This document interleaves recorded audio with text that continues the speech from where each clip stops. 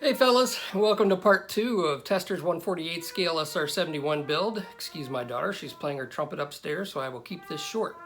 In this exciting episode, I decide to fix the nose, I correct the tail end, and I also add some detail to the engines. So, have a look. Well, I decided that I'm going to go ahead and tackle this nose issue. What I've done is I've taken two of these small little fins that would go on the bottom down, well, on the other part, but they go on the bottom of the B model, and I'm building the A. I just took those off. It's the same kit plastic, and I put Tamiya extra thin. I kind of cut them to shape. First, I took a file and I kind of gave me a little bit more purchase than just this edge, so I filed down the side up here on the front. And then I cut out pieces that would form to the side of the plane, and I just used my Tamiya extra thin and glued them on. So now what I'm going to do, and I'm going to cut most of that away. I'm just using this, basically putting that on there, and then I'm going to reprofile this so it's a little more accurate. In order to strengthen it and to make sure that my contour is going to be okay, I'm going to go ahead and use my sprue goo here and just run it along the edge. Now this is going to fill in any gaps, and it's going to make sure this is on here nice and secure. Now I don't want to put too much of this on here because I don't want to have to be sanding a ton. But I think this is gonna fix my nose issue rather well.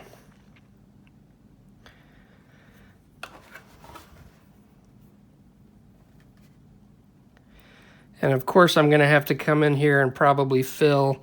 I may putty some of this. I may use some Magic Sculpt. But I didn't want to just put Magic Sculpt on this edge. I just didn't think that was going to be sturdy enough. I could just see me hitting the side of the plane while I'm painting it and knocking that Magic Sculpt part off.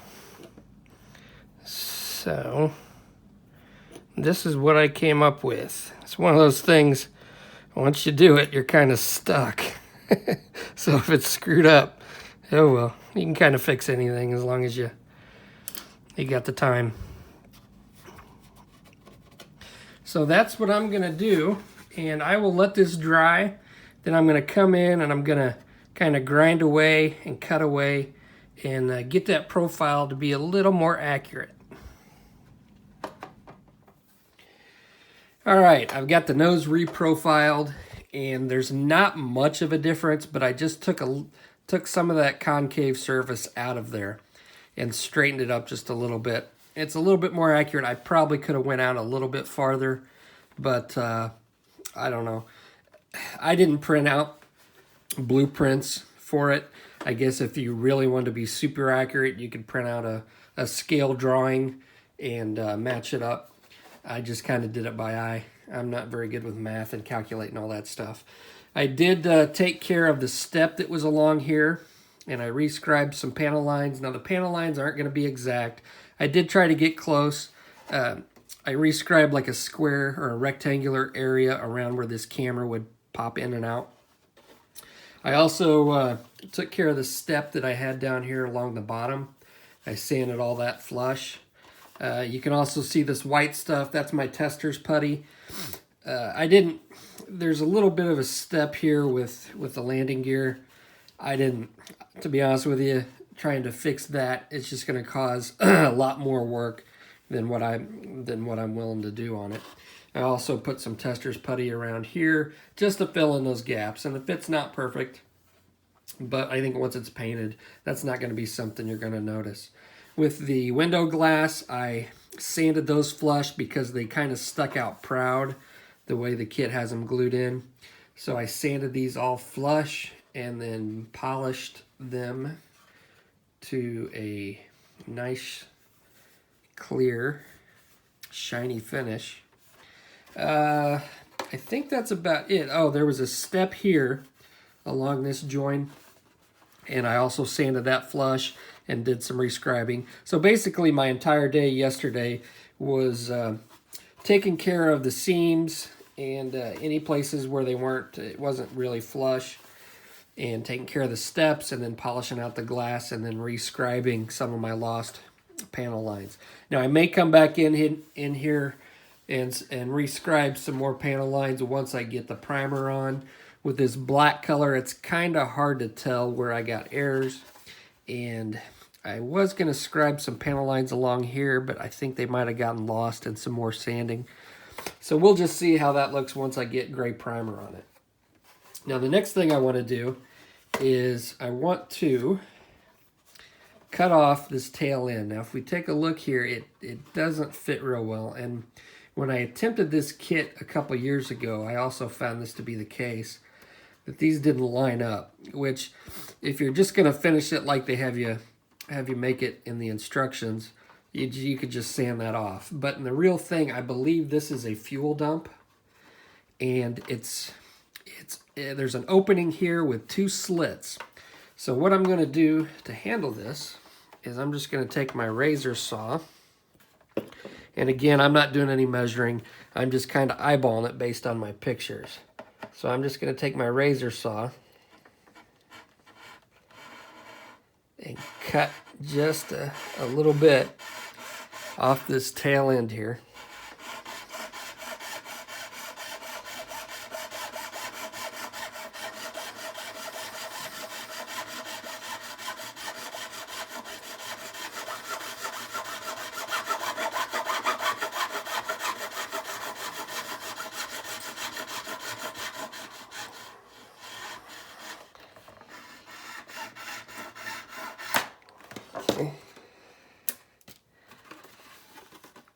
Now I'll take a file. Now I'm going to take a file and flatten this out, and I may come in here with a X-Acto blade and kind of see how thick that is.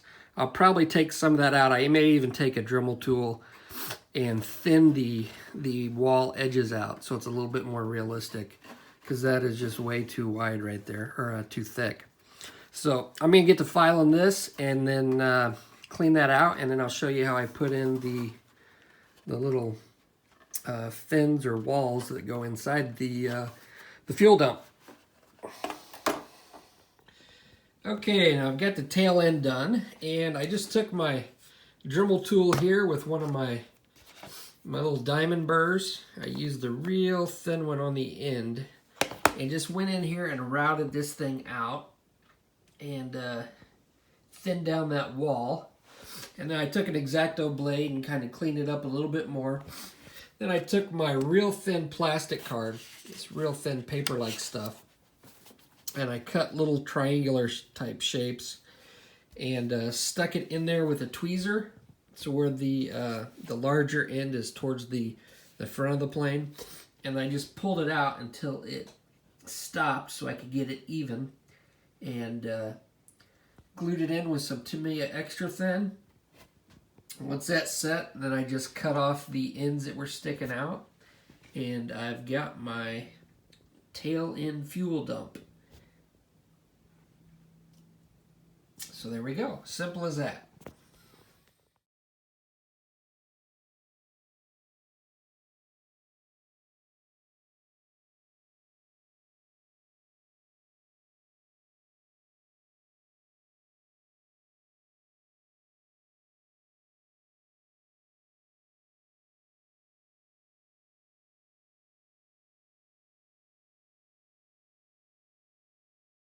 Okay, now I'm going to start on the engines. And this will be the last thing I do before I start putting it all together and priming it and painting it.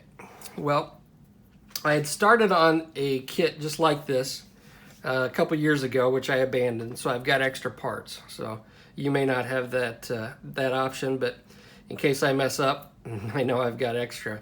So you want to make sure you kind of figure out ahead of time what you're going to do before you start in on this. I didn't figure it out. I'm just kind of going along by the seat of my pants, but I do have extra parts in case I screw up. Anyway, what this part represents are these coils that are inside of this exhaust, and they're not represented very well. And from the pictures I've seen, this sits farther back. So what I've done is I've drilled a hole in that, and then took my Dremel tool and routed out and sanded so it's all flush. And there's a little lip back here. So what I'm doing is I'm out of plastic card. I'm gonna make another tube that fits back into here. That's gonna lengthen this back end to put my new coils that I'm gonna make. And how I did that was I just found a piece. This is an old exhaust piece from my spare parts bin, and it fits in there perfectly. I could have used this, but I want to do something that I can repeat, and not everybody's gonna have a spare exhaust tube floating around.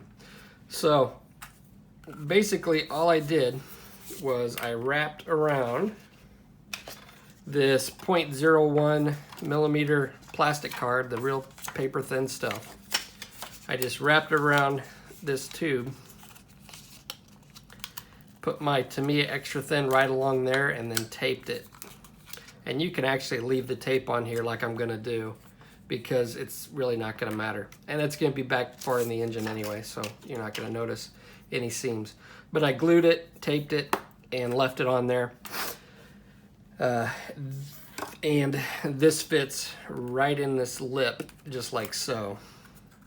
So I'm gonna have this on here, then this fits over it, and then I've got my turkey feathers. So it's basically gonna look like that. Okay.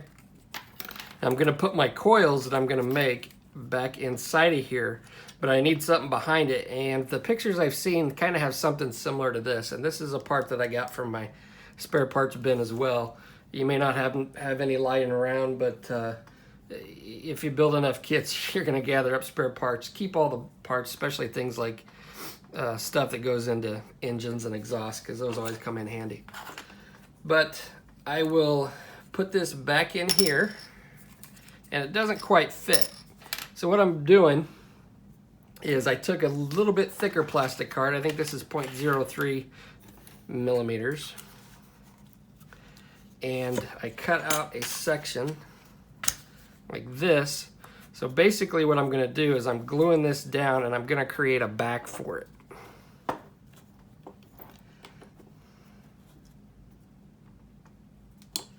Pull my tape up. And I'm using Plastruck plastic weld. If you've never used this, it's really good stuff.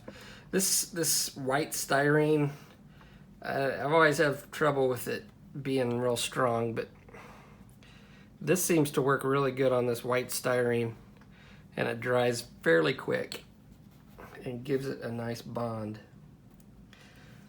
So basically, I'm just gonna create a backing on here. And I'll set that aside.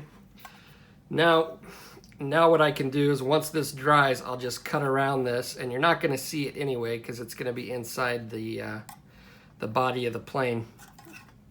But that's gonna give me a place to drop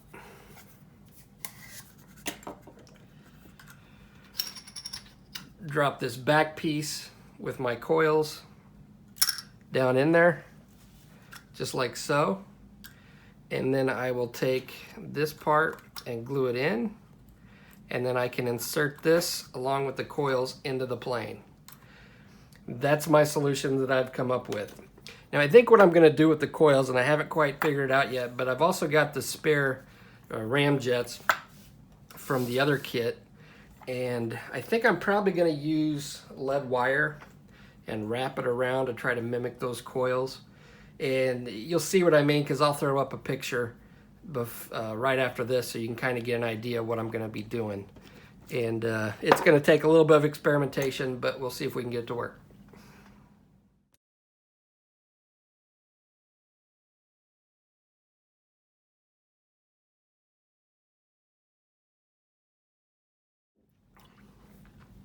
Okay, how I'm making the coils. First, I took the ram jets and I took little thin strips of tape and I spaced them out evenly. I'm not using this bottom one, but I've got 4 coils, 1, 2, 3, 4, and I'm taking this copper wire. I think I got this at Walmart. It's not the stiffest stuff, but it's a lot stiffer and holds its shape a lot better than lead wire. You could probably use lead wire, but I'm going to try to solder these together. And how I'm doing this is I'm just taking this copper wire, snipping it off, and I'm just taking around. So basically I'm using the tape as a guide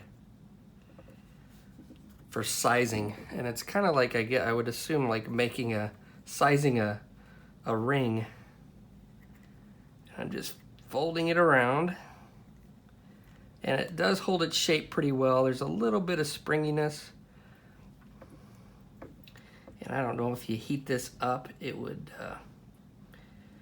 and anneal it. I don't know if you can anneal this stuff. I'm not a metallurgist. Now come in here, I've got some flat pliers, and I just kind of straighten this up.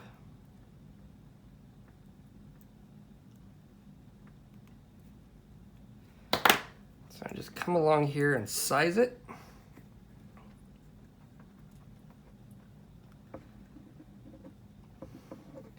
So I've got my ring that looks like that, and then I'll just come in here in the center with my wire cutters, snip it, check for size, and kind of trim it to where I got it to where it is pretty close. So I need to take a little bit more off of each end.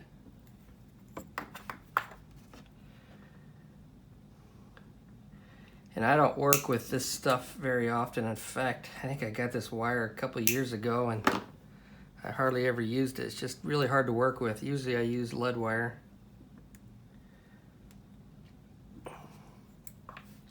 But this does have its benefits because it does hold its shape a little bit better. And that's kind of what I want.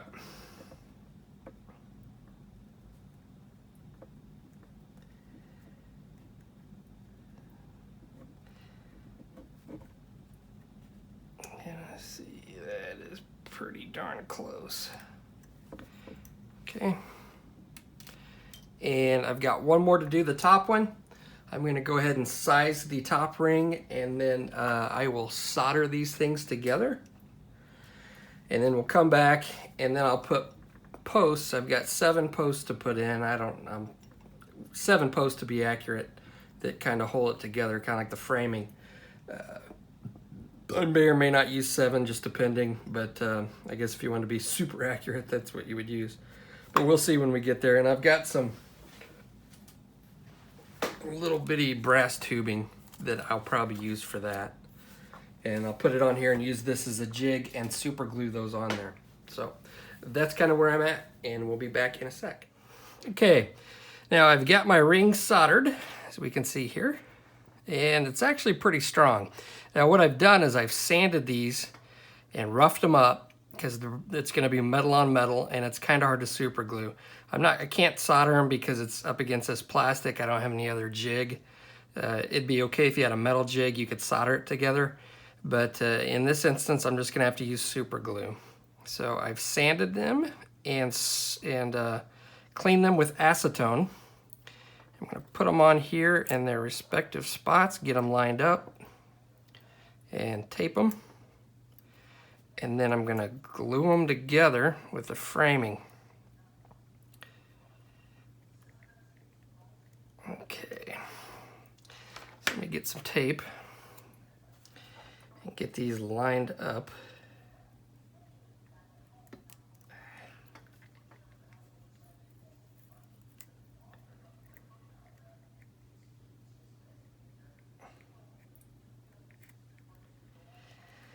If you don't tape these, it's going to be kind of hard to get them because they're not perfectly round. There's a little bit of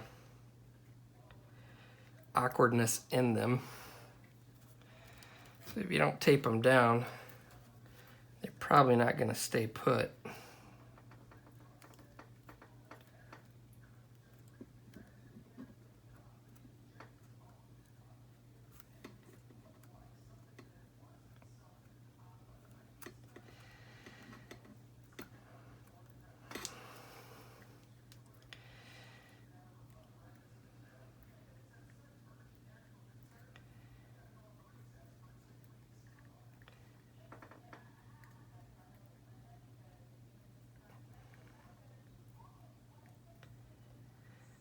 Okay, yeah, it's a little awkward. But after looking at the real things, they're not perfectly round. They're a little distorted. I think that will be okay. Now, what I'm going to do, and I've sanded the tubes down as well, if I didn't already mention that, and clean those with acetone. So I'm going to take my Flexi 5 KCA, and I'm not going to use any accelerator just because I've found that accelerator, it just seems to me that it kind of weakens it. And I want the strongest bond as I can get. So I'm just going to come along and we're going to dab some glue.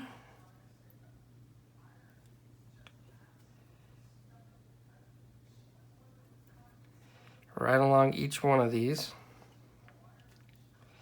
And I'm just kind of eyeballing it and guessing on spacing. I didn't get 7 in the last time, the first one that I did. I got 6 in, but I'm happy with that. That's gonna be okay. I'm not that worked up about it. And I'm gonna line it up with the CA glue.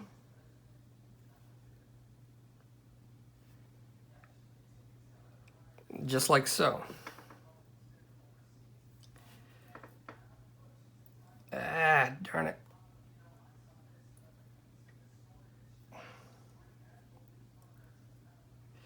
Okay. Now I'm going to kind of let that set up a little bit, and then I'm just going to go around and do that all the way around until I get something like this. And I probably could have got them a little bit closer in together, but I think it's going to be okay. I'm going to have my back part in, which I'm going to glue down into the tube that I made.